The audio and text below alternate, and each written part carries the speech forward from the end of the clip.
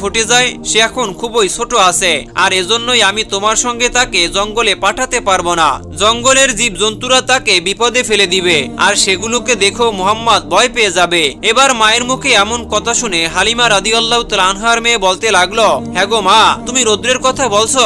যখন আমি আমার ভাইয়ের সঙ্গে বাইরে বেরোই তখন আমাদেরকে আকাশের মেঘ এসে ছায়া করে থাকে, আর তুমি জঙ্গলের জানোয়ারদের ভয় দেখাচ্ছ? তাহলে তুমি শুনে রাখো, জঙ্গলের জীব জন্তুরা এসে ভাই মুহাম্মাদের গালে চুমু দিয়ে যায়। জীব জন্তুরাও তাকে ভালোবাসে, শ্রদ্ধা করে।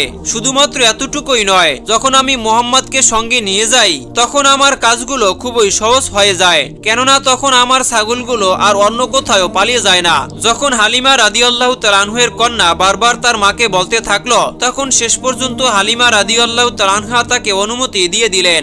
আর তার পরের দিন থেকে হযরত মুহাম্মদ সাল্লাল্লাহু আলাইহি ওয়াসাল্লাম বোনের সঙ্গে ছাগল চড়াতে থাকলো। যখন রৌদ্রের প্রখর হতো তখন আসমানের একটি মেঘ এসে মুহাম্মদ সাল্লাল্লাহু আলাইহি ওয়াসাল্লামকে তারপরে ছায়া দিত। আর এমনি ভাবে প্রায় কয়েকদিন পর্যন্ত তিনি বোনের সঙ্গে ছাগল চড়াতে যেত। কিন্তু এরপর হযরত হালিমা রাদিয়াল্লাহু তাআলা আনহা পুত্র মুহাম্মদকে থামিয়ে দিলেন আর বললেন যে, তুমি আজকের পর থেকে আর কখনোই ছাগল চড়াতে যাবে না। তোমাকে আর আমি কখনোই কষ্ট দিতে পারবো না। ও আমার পুত্র, আমি খুবই তোমাকে মহব্বত করি, আর সেজন্যই এক মুহূর্ত আমার কাছ থেকে তুমি দূরে থাকো সেটা আমার একদমই ভালো লাগে না। আর যদি বলো অন্য কথা, তাহলে তুমি আমার কাছে একটি বিশেষ দামি আমানত হয়ে আসো।